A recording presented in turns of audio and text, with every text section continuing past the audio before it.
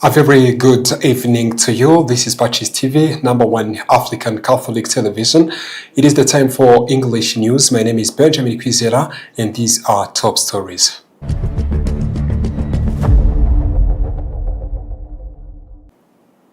Rwanda, the Democratic Republic of Congo, and United Nations refugee agents are holding talks aimed at advancing plans for the voluntary return of refugees living in both countries. As Rwanda marked the 32nd commemoration of the 1994 genocide against the Tutsi and concluded 100 days, young people are encouraged to recognize their vital role in building a united, resilient, and prosperous Rwanda. The community health workers play a critical role in delivering health information and connecting communities to essential services. In Gasabo district, dozens of community health workers have completed specialized training aimed at improving access to sexual and reproductive health services. In international news, the United Kingdom is preparing a major political transition after Prime Minister Sir Keir Starmer announced that he will step down as a leader of Labour Party, setting the stage for leadership contest. Welcome to our news in detail. This is the news brought to you in partnership with the Credo Hotel, located in Huye District, Southern Province of Rwanda. Rwanda, the Democratic Republic of Congo, and United Nations refugee agents are holding talks aimed at advancing plans for the voluntary return of refugees living in both countries. The discussions taking place in Addis Ababa, Ethiopia, focus on ensuring that refugee repatriations conducted safely, voluntarily, and with full respect for human rights. News in details. Delegations from Rwanda, the Democratic Republic of Congo, and the United Nations High Commissioner for Refugees meet in Addis Ababa from June 20th to 21st, 2026 to review progress and develop practical measures for supporting refugees who wish to return home voluntarily. The technical discussions are focused on establishing safe, dignified, and sustainable conditions for repatriation while ensuring that returning refugees can rebuild their lives without the risk of renewed displacement. The meeting is expected to be followed by a ministerial level session on Monday, June 22nd, where political leaders will consider and endorse decisions needed to support the implementation of the repatriation program. Officials described the initiative as an important step toward finding lasting solutions to the refugee situation in the region and strengthening security and cooperation between Rwanda and the Democratic Republic of Congo. The current efforts build on an agreement reached in July 2025 between the government of Rwanda, the government of the Democratic Republic of Congo, and UNHCR to facilitate the voluntary return of Congolese and Rwanda refugees wishing to go back to their countries of origin. The agreement was signed in Addis Ababa by Rwanda's ambassador to Ethiopia, Charles Karamba, and the DRC Minister of Interior Security, Shaban, and UNHCR Assistant High Commissioner, Ruf Mazu. The framework is based on previous commitments, including a tripartite agreement signed in February 2010, the Washington Peace Agreement between Rwanda and the DRC, signed in June 2025, and the Doha Principles agreed between the DRC and the AFC M23 movement in July 2025. Under both the Washington Agreement and the Doha Principles, the parties committed to supporting the voluntary, safe, and dignified return of refugees and internally displaced persons. The parties have also agreed to strengthen communication with refugees and host communities through digital information platforms with the aim of promoting transparency, trust, and public awareness throughout the repatriation process. Regional leaders and international partners say the initiative represents a significant opportunity to advance peace, stability, and durable solutions for thousands of refugees affected by displacement in the Great Lakes region.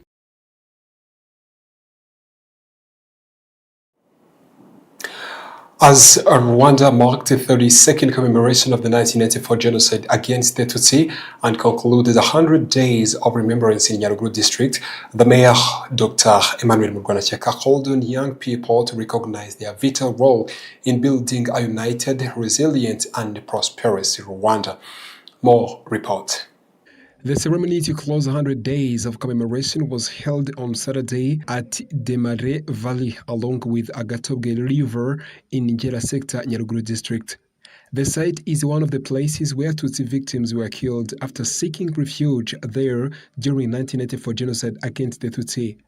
Many of those who fled from areas that were formerly part of Butare and Gikongoro prefectures were attacked and killed despite their efforts to resist the assailant. During the event, Nzigiyimana Jean-Marie Vianney shared his testimony about the hardships and persecution he endured during the period leading up the genocide and throughout its execution.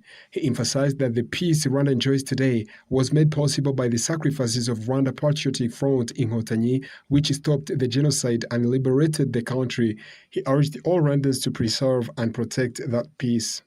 Those perpetrators who came from Nyunga used to say that since we didn't see Vianney is at his father-in-law house, they kept hunting me. Thanks to God, Inkotanyi soldiers arrived. As they rescued other people in my area, I also started rescuing others.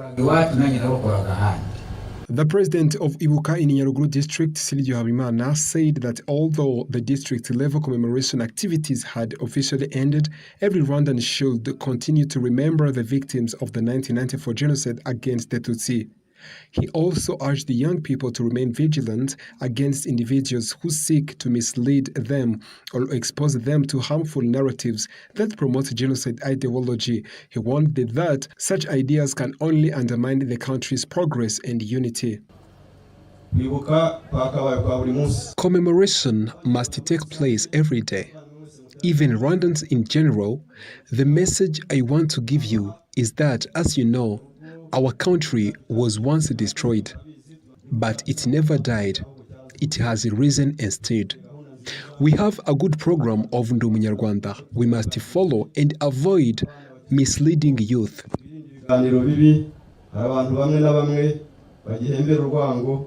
Speaking at the ceremony, Mayor Dr. Emmanuel Murwanashyaka reminded the youth that they are foundation of sustaining and united Rwanda, strengthening country's resilience and advancing long-term development and prosperity. We will never stop embracing the values of heroism, humanity, selflessness, and patriotism. He added that every Rwandan has a responsibility to contribute to building a country characterized by peace, security, and sustainable development, emphasizing that preserving the lessons of history is key to securing Rwanda's future. Community health workers play a critical role in delivering health information and connecting communities to essential services. In Gasabo district, dozens of community health workers have completed specialized training aimed at improving access to sexual and reproductive health services. More in this report. Around 80 community health workers from Gasabo district have completed a 3-day training program aimed at strengthening their knowledge of sexual and reproductive health services and the laws that govern them. The training was organized by the non-governmental organization Réseau des Femmes through the SDSR Rwanda Sexual and Reproductive Health Project. Participants received instruction on reproductive health, sexually transmitted infections, the risk associated with unsafe abortion, and gender-based violence. The health workers said the knowledge gained will help them provide accurate information and better guidance to young people and communities. One participant, Winnie Kairaba, said the training improved understanding of the legal framework surrounding reproductive health services, including lawful abortion services, enabling her to share reliable information with those seeking support. Another participant, Etienne Senjimana, said the community health workers are committed to serving a bridge between citizens and the social health services that contribute to healthier lives. The executive director of Réseau des Femmes, Anonsata Mukaitete, said the training is designed to strengthen the capacity of community health workers workers to deliver quality reproductive health services, particularly for young people. She added that the initiative will help prevent unintended pregnancies, sexually transmitted infections, and gender-based violence through increased awareness and community outreach. The SDSR Rwanda project is a 5-year reproductive health initiative being implemented across all sectors of Gasabo district by Réseau des Femmes in partnership with the Canadian organization AME with support from Global Affairs Canada. Health officials and stakeholders hope the enhanced skills and knowledge gained through the training will improve access accurately to reproductive health information and services, especially among young people and vulnerable communities. As part of efforts to promote business, attract investment, and accelerate the economic development of Rusizi District, a business and investment forum bringing together various institutions and partners was held on the 19th of June 2026. During the forum, new investors were introduced to the investment opportunities available in the district, while those who had been allocated plots designated for industrial activities and other income-generating projects were urged to speed up the implementation of the investments. More report. Some investors explained the challenges that had delayed their construction projects and requested support from the district authorities to resolve them so they could begin operations. The mayor of Rusizi District, Fanuel Sindaiheba, addressed the issue of undeveloped plots located in the industrial zone as well as in the area reserved for tourism and hotel development. He noted that the failure to develop these plots has become an obstacle to the growth of Rusizi town and called on the plot owners to clearly present the challenges they are facing. One investor, Uzabakiro Felix, who was allocated a plot 3 years ago, cited land documentation issues as one of the obstacles preventing him from obtaining a building permit, commonly known as autorisation de bâtir, building authorization. In the Ministry of Trade, they have brought a new worker who is responsible to address the UPI issues so that we may get building authorization. For me, I am very ready to build. Even if you give me the go-ahead today, I can start building. I don't know the reason why it is delaying. Addressing investment challenges, promoting business, attracting investors, and accelerating the economic development of Rusizi District were the main objectives of the meeting. Doreen Inawebasa, in charge of trade and investment at the Ministry of Trade and Industry, described Rusizi as a district rich in investment opportunities. She assured investors of the government's commitment to helping to remove the obstacles they face and facilitating access to the requirements needed to implement their project. Imiterere y'akarere ka Rusizi gafite ubushobozi bwo kuba igicumbi cy'ubucuruzi n'ishoramari. Rusizi District has a potential to become a hub of trade and investment, the center of market and service delivery. Rwandan government knows the contribution of traders, medium traders and big traders who carry out trans-border trade to help countries' economy. The Ministry of Trade and Industry continues to build trade sector that is able to compete at the market and help traders to fight against obstacles that hinders the business. No guteza imbere ubucuruzi kugira ngo dukureho inzitizi zibangamira ubucuruzi no gufasha abacuruzi kugera kuri serivisi zibafasha kwagura ibikorwa byabo. Statistics from the Ministry of Trade and Industry indicate that in 2025, more than 695 million was generated from exports destined for Democratic Republic of Congo, including goods passing through the Rusizi border post. These exports accounted 80% of Rwanda's exports to neighboring countries and 70% of the country's total exports. These figures highlight Rusizi District as an area with significant investment potential, particularly in the industrial sector.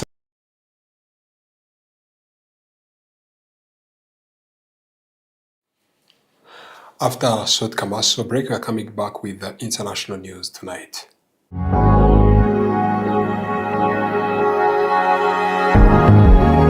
Hardware Crafting the future.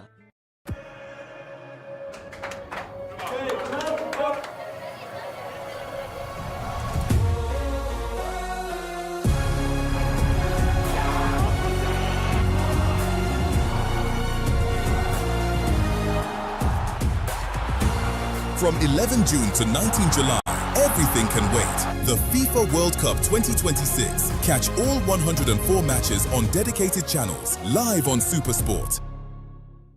Available with DSTV English Plus. Subscribe now to your package and enjoy all channels for 30 days. Get a Canal Plus HD decoder for only 5,000 francs.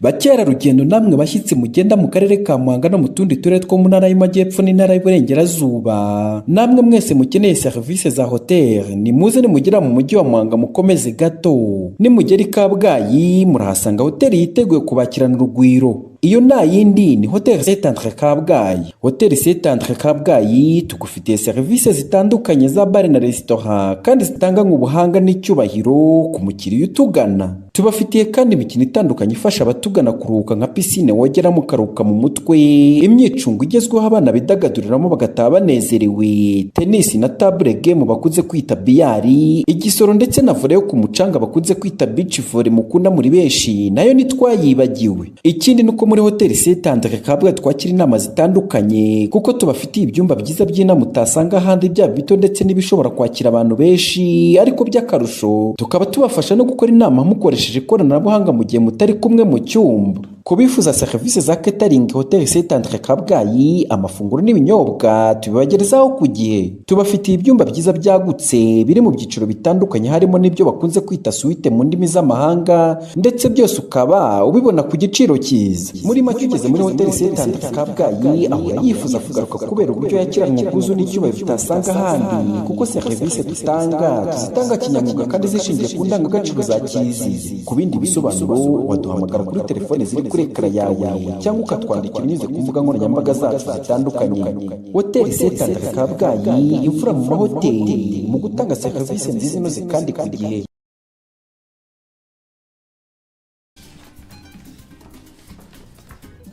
Hanyuma rero ugiye kutubwira impamvu zatumye uhitamo kuza gusaba akazi hano? Bwa mbere nza gusaba akazi hano nari nabitekerejeho, mbabarire.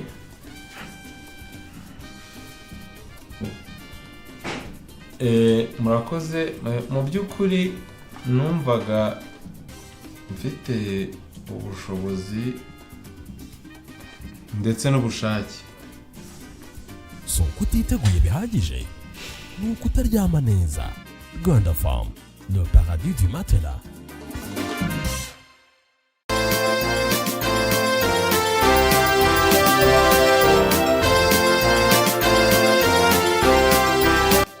Banyarwanda, rya shuri rikuru ry'abafurere b'abayozefite rikomeje kuba ubukombe mu gushyira ku isoko ry'umurimo abize ubumenyingiro bufite ireme.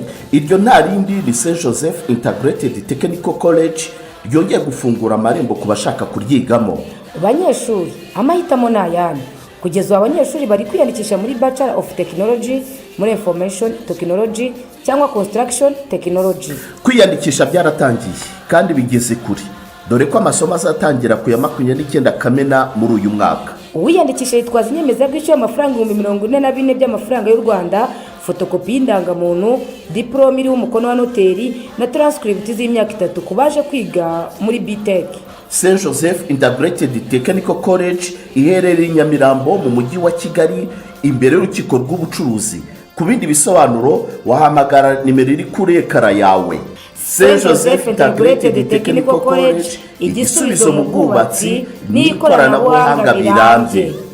Yemwe yashuri bose bashaka ni College Fondation Sina Gerard. Mama we, iri ni ishuri ribumbatiye icyerekezo cy'u Rwanda twifuza, kuko ritanga uburezi buhamye mu mashuri y'inshuke, abanza, icyiciro rusange ndetse n'amashami y'imyuga n'ubumenyingiro mu buhinzi, ubworozi, food processing, ubwubatsi, ubukanishi bw'ibinyabiziga, fashion design, gutunganya imisatsi, ububaji n'ubusuderi. Hari n'amasomo y'igihe gito short courses mu mashami yavuzwe haruguru aherekezwa na pratiques zihagije kuko abanyeshuri bigira mu nganda za Sina Gerard International Football Academy yigisha abana guhera ku myaka 6 gucunga ruhago sawa.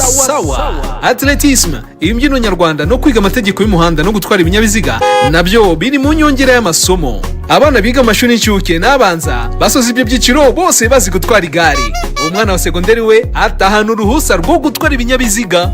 Witinda kwandikisha umwana ku ishuri kuri Nyirangarama cyangwa ku mashami ya Sina Gerard Entreprise Urwibutso hose mu gihugu. Ku bindi bisobanuro hamagara 0788535123 cyangwa 0788535999. Twubaka ubukungu bushingiye ku bumenyi. Icy'ingenzi ntabwo ari ukugira diplome ya kaminuza. Uyu munsi birahagije kuganira n'umuntu byonyine ukamenya ko yize muri kaminuza ibonetse yose cyangwa se ko yize muri kaminuza Gatolika y'u Rwanda, Catholic University of Rwanda, by'umwihariko mu ishami ryayo rya Kigali. Ubu abazi guhitamo neza batangiye kwiyandikisha muri Catholic University of Rwanda Kigali campus ikorera Nyamirambo.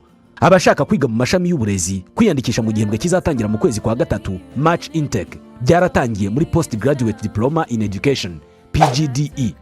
Ababiga muri weekend. Hatangwa kandi amasomo muri Department of Education in Sciences mu mashami ya Economics and Computer Science, Mathematics and Computer Science, Mathematics and Geography na Mathematics and Economics. Hari kandi Department of Education in Arts and Social Sciences mu mashami ya English and Kinyarwanda, English and French, French and Kinyarwanda, English and Kiswahili, Economics and Entrepreneurship, English and History, Economics and History na Economics and Geography. Uhitamo kwiga ku manywa cyangwa se mu biruhuko. Twakira kandi abanyeshuri bafite A1 muri education bakeneye gukomeza amasomo yabo ku rwego rwa A0. Iyandikisha unyuze kuri wa@CUR.AC.RW. Wanahamagara cyangwa ukandika ubutumwa kuri 07 83 18 86 26 cyangwa 07 33 21 46 78 cyangwa none 07 88 52 41 98. Wanandika email kuri curkigalikampus@gmail.com. The only way to being found is getting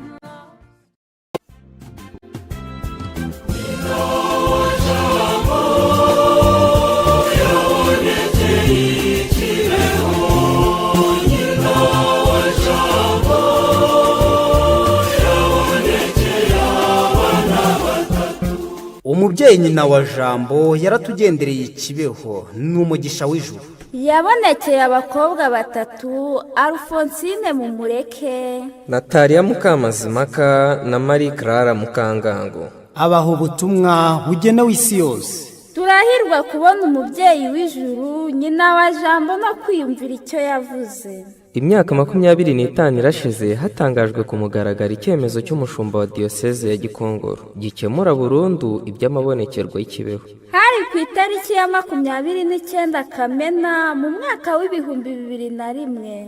Murararitswe Kibeho ku nguru ya Bikira Mariya ku wa mbere tariki ya 29 Kamena umwaka wa 2026 mu munsi mukuru w'isabukuru y'imyaka 25 yitangazwa ry'icyemezo cya Kiliziya gikemura burundu iby'amabonekerwa y'Ikibeho. Umunsi mukuru uzabanzizwa n'igitaramo cy'abaririmbyi kizabimburirwa n'igitambo cya misa ku cyumweru tariki ya 28 z'ukwezi kwa gatandatu umwaka wa 2026 guhera saa 10. Nimuze dutaramire nyina wa Jambo dusangire ibyishimo by'icyemezo cya Kiliziya ko nyina wa Jambo yaje iwacu Ikibeho. Azarababwira ati musenge muri ruke. Azarababwira ati nyina wa Jambo.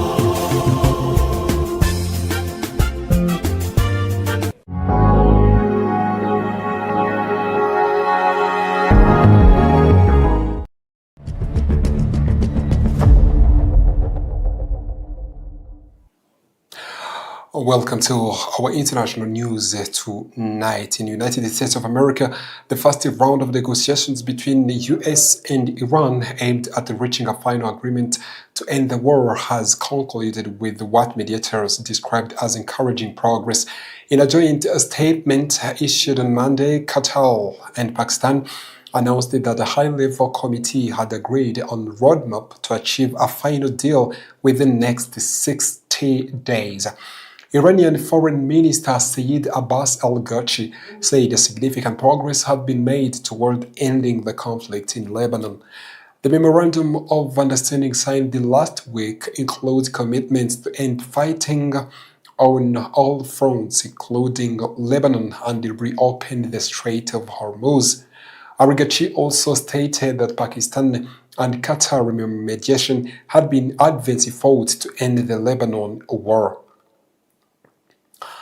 From USA to United Kingdom, the United Kingdom is preparing for a major political transition after Prime Minister Sir Keir Starmer announced that he will step down as the leader of the Labour Party, setting the stage for a leadership contest that will determine the country's next Prime Minister.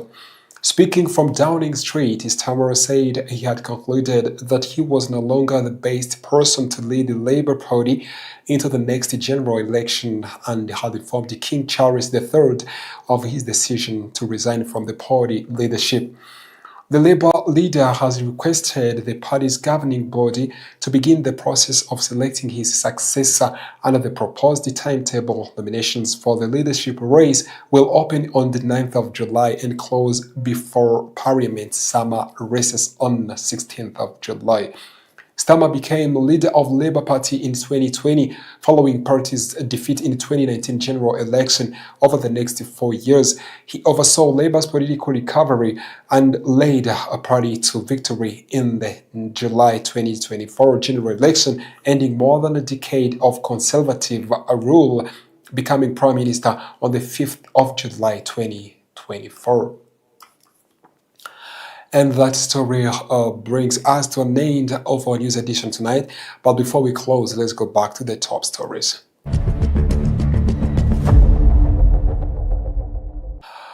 Rwanda, the Democratic Republic of Congo, and United Nations Refugee Agency are holding talks aimed at advancing plans for the voluntary return of refugees living in both countries.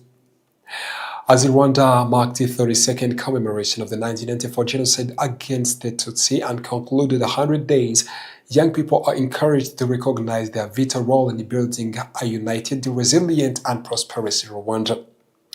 Community health workers play a critical role in delivering health information and connecting communities to essential services. In Gasabo District, dozens of community health workers have completed specialized training aimed at improving access to sexual and reproductive health services. In the United Kingdom, the United Kingdom is preparing for a major political transition after Prime Minister Sir Keir Starmer announced that he will step down as the leader of the Labour Party, setting the stage for leadership contest that will determine the country's next Prime Minister. Thank you once again for being with us. This is PACIS TV English News Edition. My name is Benjamin Kwizera. I wish you a very fantastic night.